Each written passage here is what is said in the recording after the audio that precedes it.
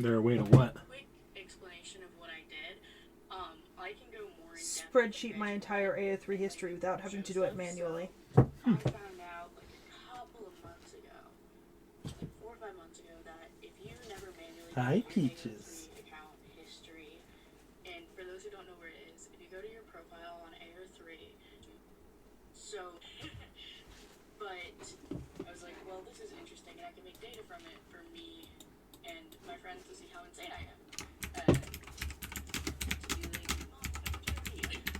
Because yes, I did send it to my mom.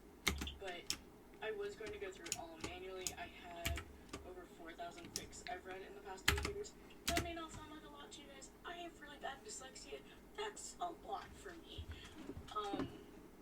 So I did about 100 maybe of them manually entered. And I was losing my mind on Saturday. And so I did hours of research to see if anyone found a backend or something with data, and I found one comment on one, I don't remember if it was like wiki, like not WikiHow, like Protev or Quora, like one of those. It was one after a few hours that was like, I used a web scraper through Inspect Element. That's a Nope, thing, not on the keyboard. you know, through Inspect Element to get the data for my number of words I've read through my history. I took their template. I gotta find it. It's literally one comment in a sea of things. I took their advice and I reverse engineered their template that was only for words, and figured out how they did that, and then got it to do fandom, ship, title, platonic ship, tags. They were too messy. You can't fix that. Rating, and then word count and fandom of the fic. And so I put that system together, and it spit out a CSV file, which is a spreadsheet file, and then I cleaned that up to get the data. And then I made a bunch of like AO3 wrap slides. You know what the saddest thing in my life is? I've learned more about computer editing and working with my own computer and shit like that through documenting stuff on fanfiction and our podcast channel than I've ever learned in school. For my own data. You guys want to see that? I'll post them. Like, lady, I just want to know. my daughter wanted. I want to know! I need your template. Okay, but now I know where to go to find something for it. You good? I've been good for a while. Actually, you've been on camera for the last 3 minutes. Oh. That, no. No. No. You bastard. You bastard. I look presentable for camera. I need to look like I'm not a fucking... Well, I think that ship has sailed. You're a fucking mess. Good luck. Don't do you. You did this. You fucker. I gave you a warning. I told you I was ready. Yeah, but Someone just needs to pay attention. I feel betrayed. Not betrayed. Attacked. There's a difference.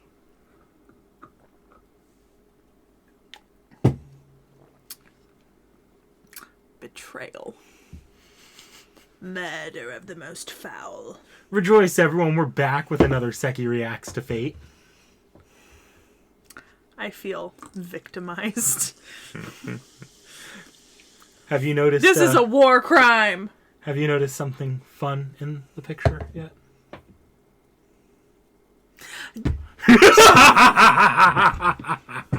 I'm batting 0 for 2. There better not be a third. There better not be a fucking third. Son of a bitch.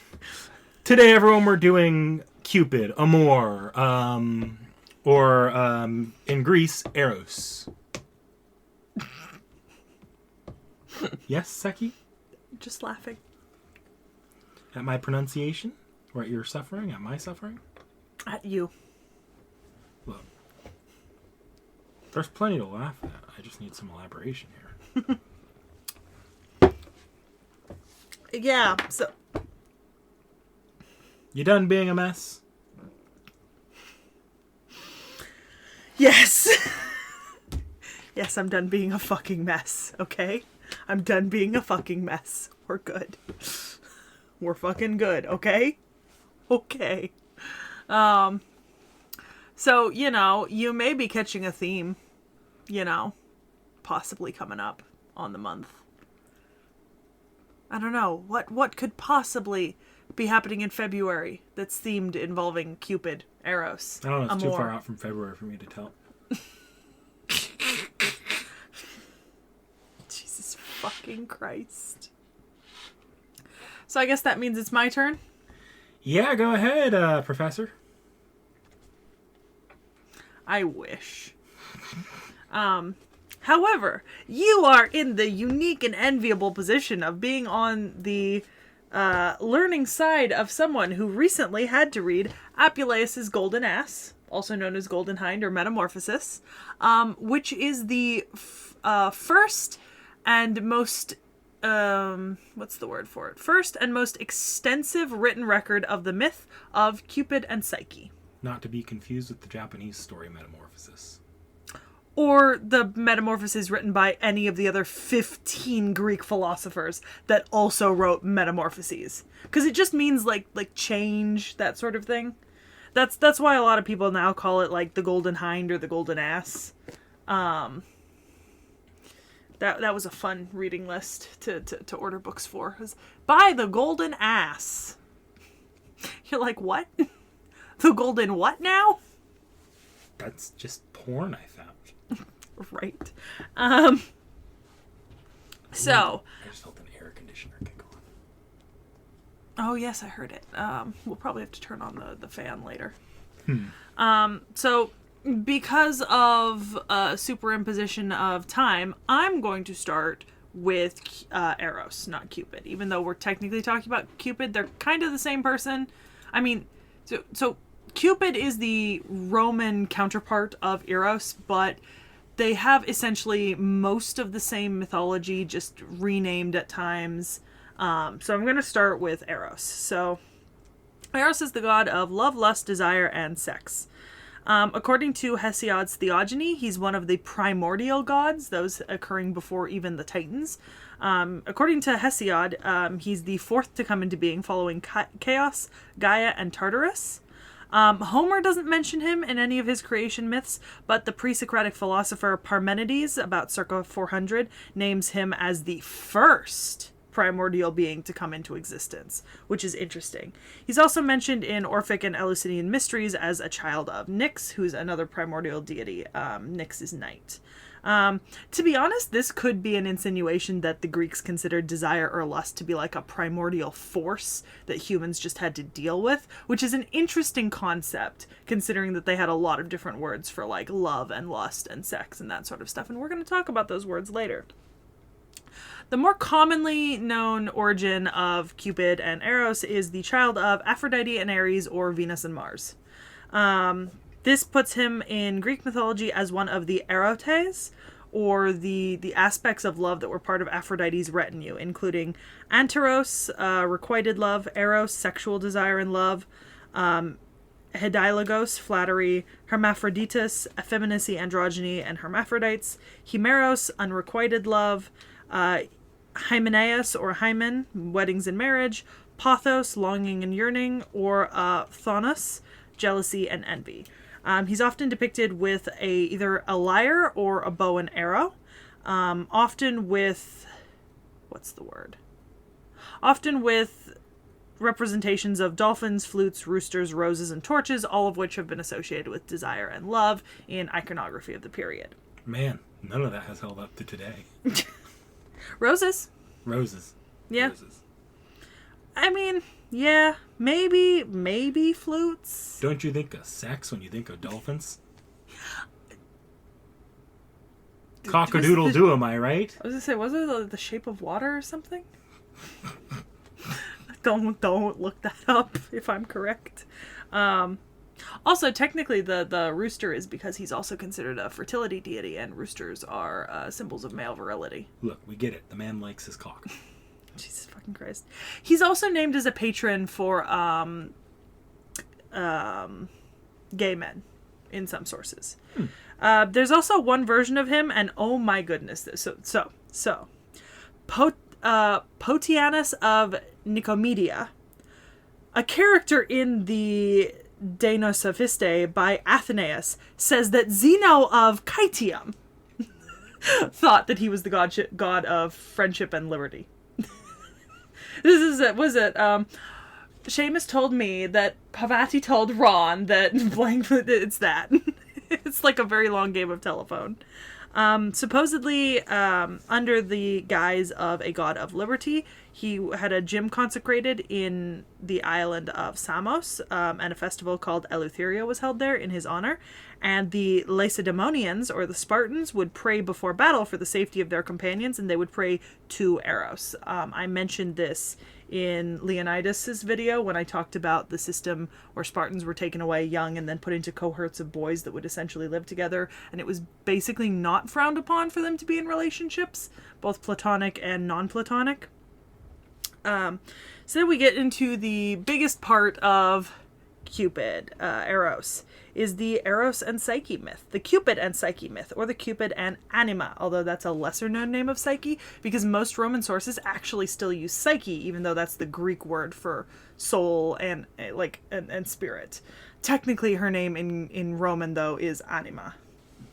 So we have artistic depictions of this story as early as the 4th century BCE in art, but the first extended narrative recording was by Apuleius in his Metamorphoses, written in the 2nd century AD, approximately somewhere between 160 and 180. It was written before his Apology, but obviously that means nothing to you. I hear that, and I just hear YouTuber apology right there. Philosopher apology. Yeah. Fun fact, in the Golden Ass, the story of Cupid and Psyche is actually a story within a story. It's told to the main character by an old woman that he's talking to while he's traveling. So it is not the central story to this. It's just a story inside a larger frame story. So the basics of it is that Psyche was a young princess, the third daughter of a king. It's unspecified what king it was in most mythology, but she was so beautiful that her admirers neglected to worship Venus in favor of worshipping her. So Venus got very upset at this, and she sends Cupid to make her fall in love with something hideous in retribution or punishment. Cupid accidentally scratches himself with his own golden arrow, causing him to fall in love with her, as she's the first thing he sees after he scratches himself. She isn't married, and because of this, her father goes to consult the oracle at Apollo because he thinks that the gods may be angry with them because she hasn't found a husband yet, and he's told not to expect a human son-in-law, but instead a dragon-like creature who harasses the world with fire and iron and is feared by even Jupiter and the denizens of the underworld. So, they dress her in funeral attire and leave her on a crag on a mountaintop to appease the gods. Poor girl. So the west wind, Zephyrus, comes and whisks her away to a beautiful meadow where she falls asleep. Fucking pretzels. When she wakes up, she wanders through the meadow and finds a beautiful house with pillars and columns of white and gold and anything she could ever ask for, and an unseen voice tells her to make herself comfortable. This is the house that she will share with her new husband, although she is forbidden to look upon her husband at any point, so he only comes to her in the darkness and when he can't be seen. She convinces the wind to help her visit her family, and she tells her family all about her husband, and they convince her that she needs to sneak a look at him and determine if he's a monster because of the prophecy that her father received. So she and her family concoct a plan wherein she will take like a lamp and a knife, and she will light the lamp while he is sleeping so that she can see who he is and kill him if he's a monster. However, when she lights the lamp, he is so handsome that she accidentally drips wax onto him, which wakes him and scars him, and he flies off. Fun fact, this is actually really reminiscent of a set of Norwegian story archetype, East of the Sun, West of the Moon. It's actually one of my favorite myths from that section of the world, and I looked it up, and it is actually based on the Cupid and Psyche myth, which is really fascinating because it's from the Scandinavian countries and much later in period. So she is left in the wilderness where Pan finds her and she makes her way back to civilization. She tells her sisters about her husband. And in envy, they try to sacrifice themselves on a crag to get Cupid, but they fall and die. Terrible deaths. Well deserved. So she wanders around and visits temples to Juno and Ceres. Ceres is Demeter and Juno is Hera. And while they both wish they could help her, they've taken oaths not to fight amongst one another with another goddesses, so they can't actually help her. So she decides that she needs to confront Venus directly. So she goes to Venus's temple. And Venus orders her whipped and tortured by her acolytes. Bitch. Yeah, then she's left with a mass of wheat, barley, poppy seed, chickpea, lentils, and beans, and told to sort it all before Venus returns. Fun fact, that's actually used commonly in a lot of Cinderella stories as one of the tasks that Cinderella is given by her stepmothers, like a mixed pile of different grains and told to sort it overnight. So a nice ant takes pity and helps her and calls like an army of bugs to separate it all out for her. Venus is absolutely enraged by this. So her second task is to gather golden wool from the sheep of Helios, the god of the sun. And Venus assumes that the only way she can do this is by harming one of them, which would put her at odds with Helios and would potentially get her killed, meaning she'd fail the task. But she's given a tip by another one of the gods that what she can do is she can play the flute and lead them through briar bushes and then collect the wool from the briar bushes afterwards until she has enough to present to Venus. So that's what she does. Her third task is to collect the black water of the Styx and Cocytus rivers. She gets there to do it, but there are kind of dragons flying around and threatening her, so Jupiter sends his eagles to fight off the dragons so that she can collect the water. And then her fourth task is the underworld task, which is the really famous one. So her job is to take a box to Proserpina, the Latin name for Persephone, and get a dose of beauty sealed into the box and bring it back to Aphrodite, because Aphrodite is losing her looks caring for her poor wounded son, Cupid. So she travels to Lacedaemon, which we talked about. All of you who are watching Leonidas, it means Sparta. She travels to Sparta to enter Dis, which is the name for the Roman underworld. What's Dis? These fucking nuts, bitch. She's told to take 2 coins and honeyed barley cakes with her when she goes. The coins are for Caren, the ferryman, and the honey barley cakes are to distract the 3-headed dog Kerberos, who is the guard dog of Orcus. Orcus is the Latin name for Hades in this context. So she does get the box from Proserpina, and unfortunately, human curiosity. She opens the box. The box is filled with nothing but infernal Stygian sleep. It puts her immediately into basically a death-like coma state. Cupid recovers at this point, wakes up, and he goes searching for her and finds her. He removes the Stygian sleep from her and puts it back in the box, and then takes her to Venus to present the box to her, and then pleads their case as lovers to Jupiter. How is Cupid going to be put out of commission for so long? The god of sex is going to be put out of commission for one of the most basic BDSM plays. Anyways, so they plead their case to Jupiter, and Jupiter has her immortalized and then has the two of them married in some versions in the hopes of curbing Eros's playboy ways. I assume it doesn't work. I mean, they are consorts, in mythology. He doesn't really dally with a lot of other people. What's interesting is that in the Roman version, if you look at the Roman version of Cupid, he's represented as a chubby boy or a chubby baby, while the Greek version is like a beautiful winged youth. So, fun representation errors. My favorite is the chubby, obese man. Jesus fucking Christ. So, it's mentioned, Eros is mentioned a few times in conjunction with myths involving Dionysus. I'm not going to elaborate on them. They're terrible, and they're full of stuff that I don't want to talk about on the podcast, to be quite frank. So, some interesting stuff, just kind of miscellaneously. Eros is also a name for an ancient Greek philosophical concept that means sensual or passionate love. It's one of the 4 Greek words for love, the other 3 being agape, meaning a deep and profound sacrificial love, the kind you have for God or God has for you. Storge, which is familial love, or philia, which is a friendship sort of love. And then in a lot of versions of the myth, he doesn't just have the golden arrows. He also has lead arrows. The golden arrows cause attraction. The lead arrows cause repulsion. So there's a story involving Apollo and Daphne, the nymph. I don't know if you've heard of it. That was a question. No. Okay, so basically, he goes to shoot Apollo, but accidentally hits Daphne with the lead arrow, so she hates him.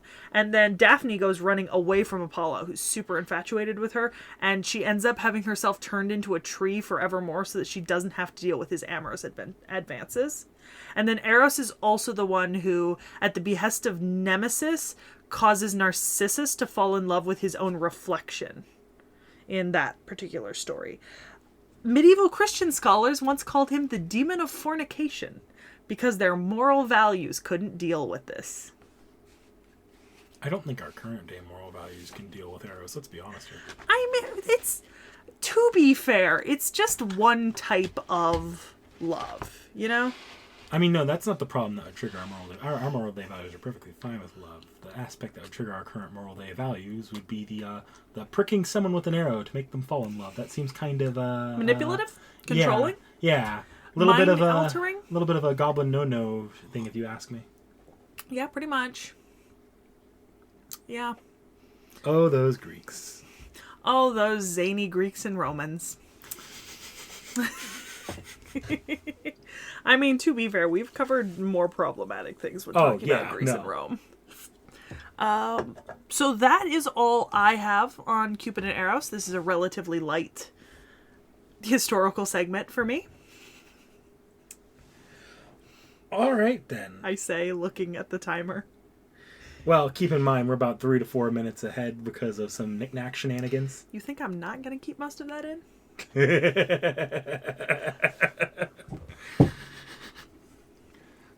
All right, so Amour, Cupid.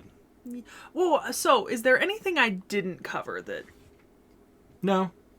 Like, I got everything, do you think? Okay. Oh, Amour is just another name for Cupid. Amour is not a separate version of Cupid. It's just the Roman name for him. Yeah. So the Amores are the equivalent of the Erotes that I talked about before, the 7 versions of love that are part of Aphrodite's retinue. I guess, let me see if you remember one of the rules for summoning straight-up gods in Fate. They have to be combined with something else? Yes. They cannot be summoned as a straight Did you give me something else to research? No. Most of the time they are not combined with another historical figure. Oh, they're just combined with characters? Yeah, usually like, it's a chance to get, like, Fate fan service characters. Like Meloy? Yeah. As, Zuge. And I think we had Jaguar Man and Taiga. Yeah, okay. Is this a character I'm going to know? Actually, no. But it's related to one you do. That's odd, okay. So first, I'll give you Amour's design here. Amour. Oh, that's some British-ass spelling. Yep. Is this a... What's the Iliasville family? The Einsburn. Is this an Einsburn? No, it is not. Let me go here. See some of the designs here. Okay. Oh, I do like the second one. This one? Yeah. I gotta admit, I do like the third one just for sheer sexual desire. I mean, look, here's the thing, right? You know, sometimes I look at, like, female servants and shit like that, and I'm like, ugh, at the design. This is literally a personification of sexual desire as a god. There is nothing I can complain about any showing of this. It's always hilarious when you have, like, these designs that on any other character would be like, yeah, that's just you being sexual. And you have characters like this, or characters like goddesses of fertility, who I'm sure we'll get to. I'm like, Well, you're shit, just like, you're dressed like scantily clad, but also what were we expecting? yeah, like, have you ever seen a Venus figure? Literally, one of the tenets of Venus figures is if you look at them, not only do they have, like, engorged breasts that they rest their hands upon, but they also have, like, obviously carved vulvas because they're fertility figures. Like, there's, like, a line in, like, ancient art and representation. Like, you just gotta accept it. This is someone of legal age, however, correct? I believe at this point in the timeline, yes. Okay. Okay. And then this is Hot. a darker version of that character. I actually don't know the background behind that. I wish I could find more, but this has not come out in NA yet, so I don't know much about this character's, like, FGO story. Hot. And then... Okay, this is my favorite. This is adorable.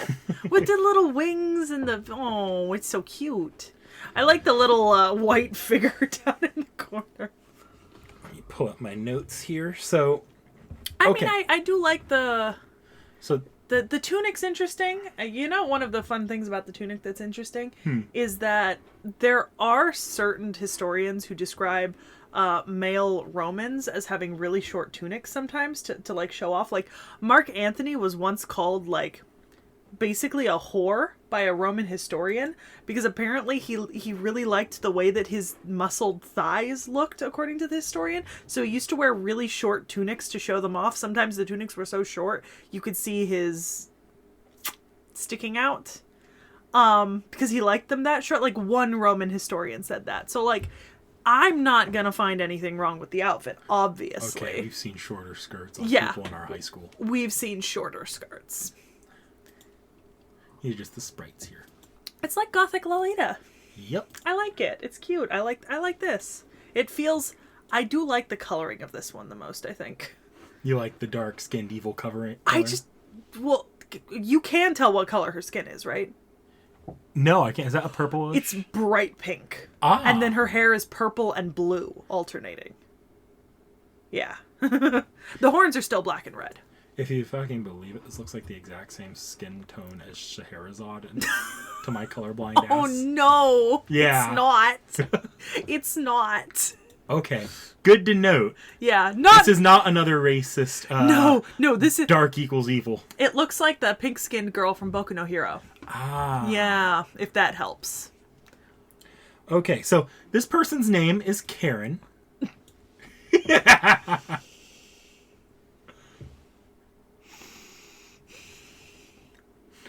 So, who the fuck is Caren?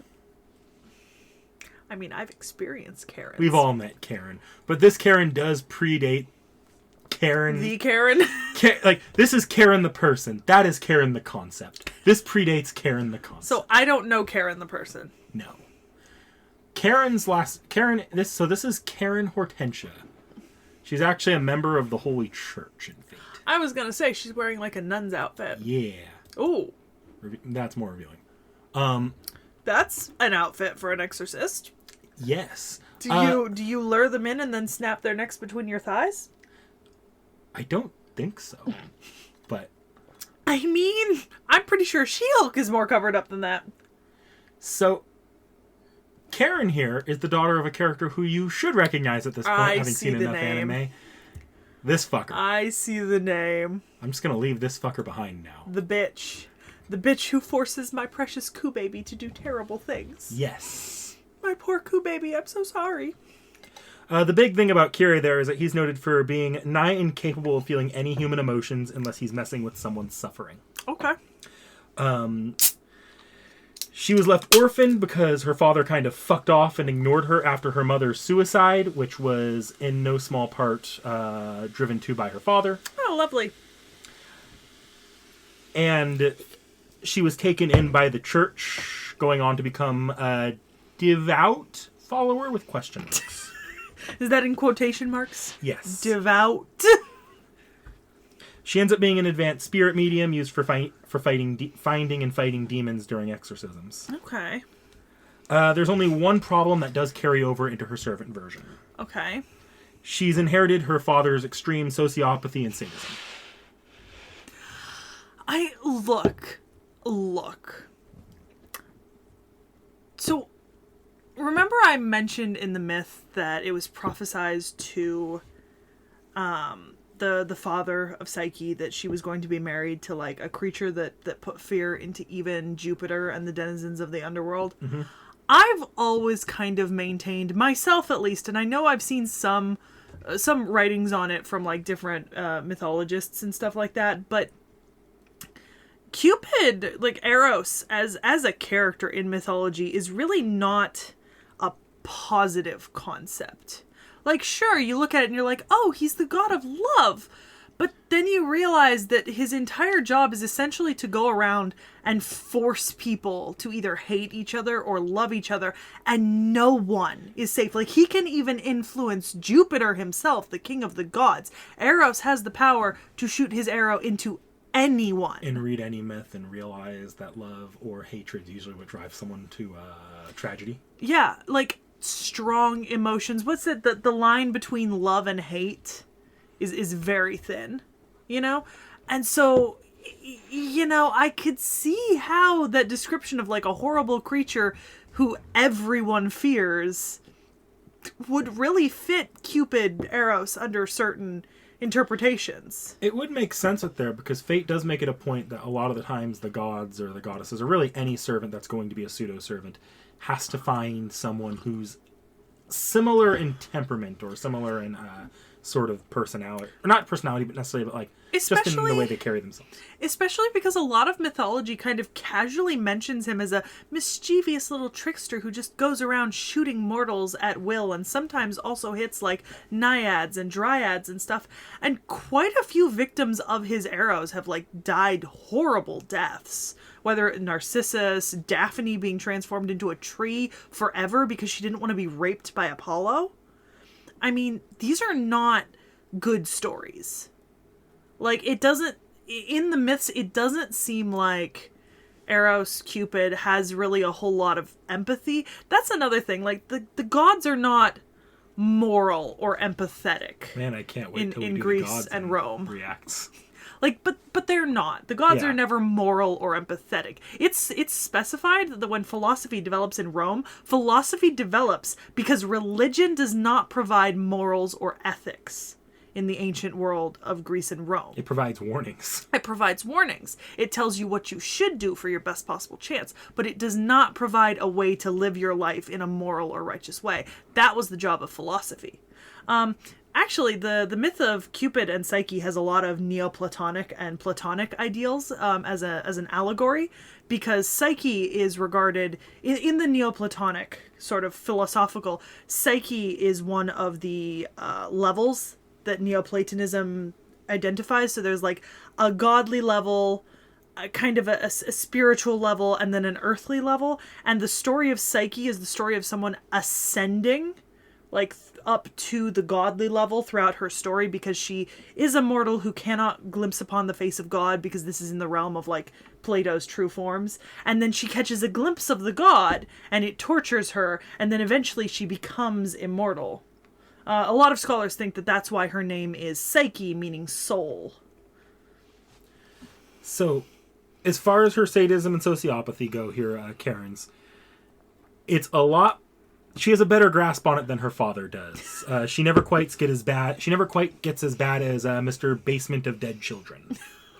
Jesus fucking It Christ. tends to just manifest in comments meant to hurt people, or placing herself in situations where they're supposed to be suffering, but that allows her the opportunity to help those people. An excuse to be there. Biting tongue.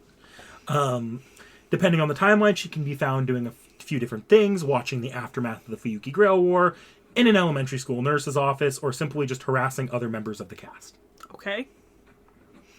Yeah, I see she's in Carnival Phantasm. Yes. And Koha Ace. Yeah. And that series. Oh, isn't Callie, is that the Idol? That's the Magical Girl series. Magical Girl, okay.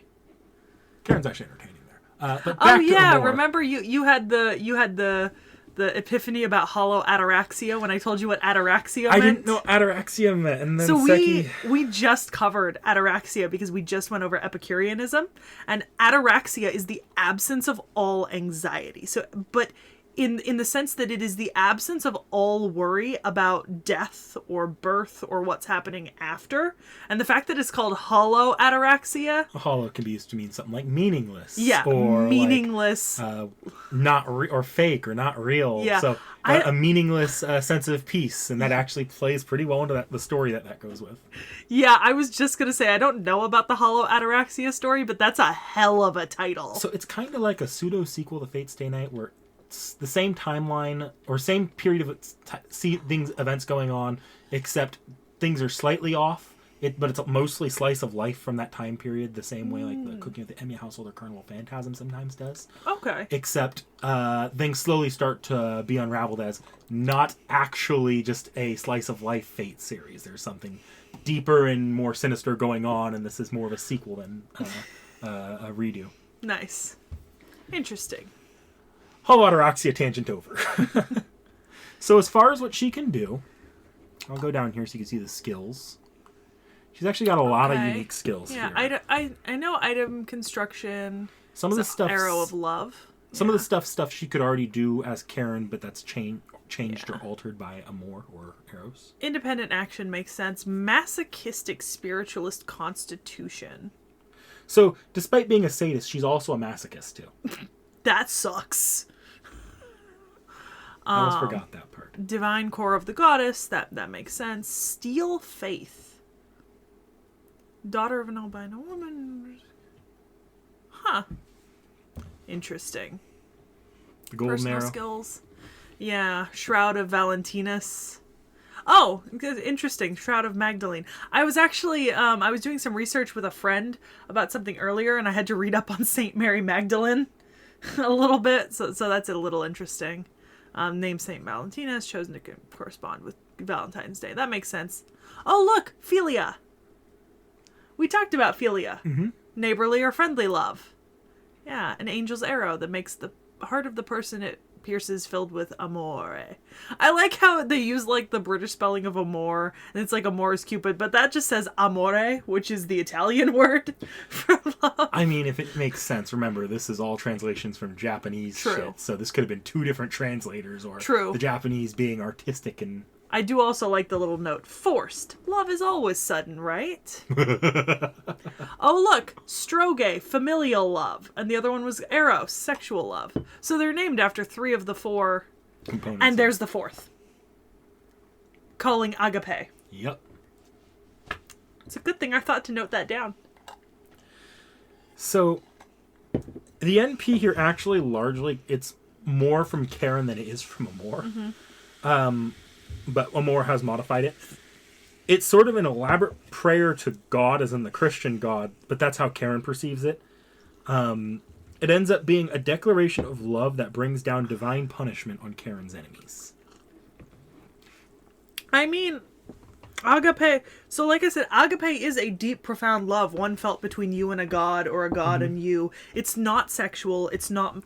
It's... I think the exact phrasing when agape is being described is it's not as flimsy as familial or earthly love. Like, this is a transcendental feeling that goes into the realm, into Plato's perfect realms, you know? Mm-hmm. And you know Plato's theory of forms and Aristotle's theory of forms. So this deals with that. And agape is one that would go into Plato's kind of ideal realm, basically. Theory of forms, Mario the concept, Mario the man. Jesus. Have you seen that essay? I've not seen the essay. Oh, I'll show you it later. Because I think the way I was taught Plato's theory of forms was, look, this is a horse. Now, this is not the ideal form of horse, but this is a horse. This is the horse you get to see, but there's another, a perfect horse, and you don't get to see that one. And all variation is because we're all imperfect and stupid. All right, so for animations here.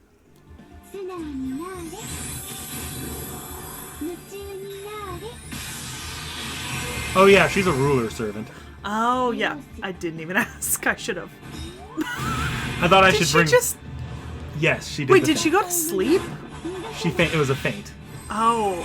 Well, because there's a thing in Roman art where Cupid is often shown sleeping in later Roman art. That might be what it was in reference to. Yeah. This is the first time I'm seeing this as well, so. I've actually never seen her NP animation. Yeah, see, it seems like she's falling asleep and there's a... Look, the bow! Seeing a lot. Let's skip to a different spot here, see if we see. Yeah, 'cause there's the wrap-up. Yep. Still in battle animation. There's start of skill animation. I could. Oh, that was it right there. Oh, look! My boy! Leo. Leo! Hating Leonidas Skull! Is that a chocolate heart? Probably. It's a Valentine's servant, so. Okay, I have 3 pieces of commentary as soon as this animation is done. Before I forget them. 1. So, I did mention, there is a thing that in late Roman art, Cupid is often depicted sleeping, like this. And I didn't look into it a lot because it was a later depiction, but that does happen. 2, did you notice that she's a baby in her NP? Yes. The chubby baby. 3, did you notice that she had 3 sets of wings? I did not. So I could be wrong, but it looked like she had 3 sets of wings staggered, which reminds me of depictions of Christian angels who often have more appendages than you would think. Like, you think of, like, pretty, sexy angel man. No. No. That is incorrect. But it looked like she had 3 sets of wings. So I'm gonna skip here because I know she has a different. Because I just saw she has a different NP final NP animation. So I want to see if she has different animations here. Sorry. Can I get her? Does she do any attacks here? Or is it just skill? Stop skipping around. Let her play. Yeah, that's new. Yeah. The horns. That's the same. Well, she dances. She didn't dance in the last one. She does a little jig. That's pretty cool. Oh, swords. I like the dancing. Where's my baby? I feel a lot of agape for you. Alright, we're at skills, so I'm gonna skip back to the final NP animation. Yep. I assume this is the same as what it would be with her Devil Caren form as well. Oh, it's white chocolate. Look, 6 wings. Yeah. You could just... Oh, and she's not a baby. Oh, this is like big goddess lady. This is big goddess lady. I like that. So, yeah, let's go ahead and move over here. No, head out of the trail mix. We've got CEs. Honey. People are going to be in pain watching this because I don't have full access to the mouse pad. Well, just give yourself some more space. Alright, so we have our card art here. Okay, yep, so I've seen those. Oh, wait, go to the others. Click into the April Fools, because I can see, like, the whole April Fools now. Oh, okay, because I couldn't see the thing that was on her back before. Okay. So, sprites. Oh, anything with sprites here? I don't know, you clicked out of it. There's the baby. Yeah. That's disturbing. I don't like that baby as much. That's not the right baby. Okay? What's this? Oh, yeah. Probably See, there's the good baby. Here? No, it's the next photo. That's the cute baby. Might be a rare animation. Yeah. What's this? That's Super Baby Valentine. Yep. It's like an explosion. Alright, so we have a few craft essences here. Cool.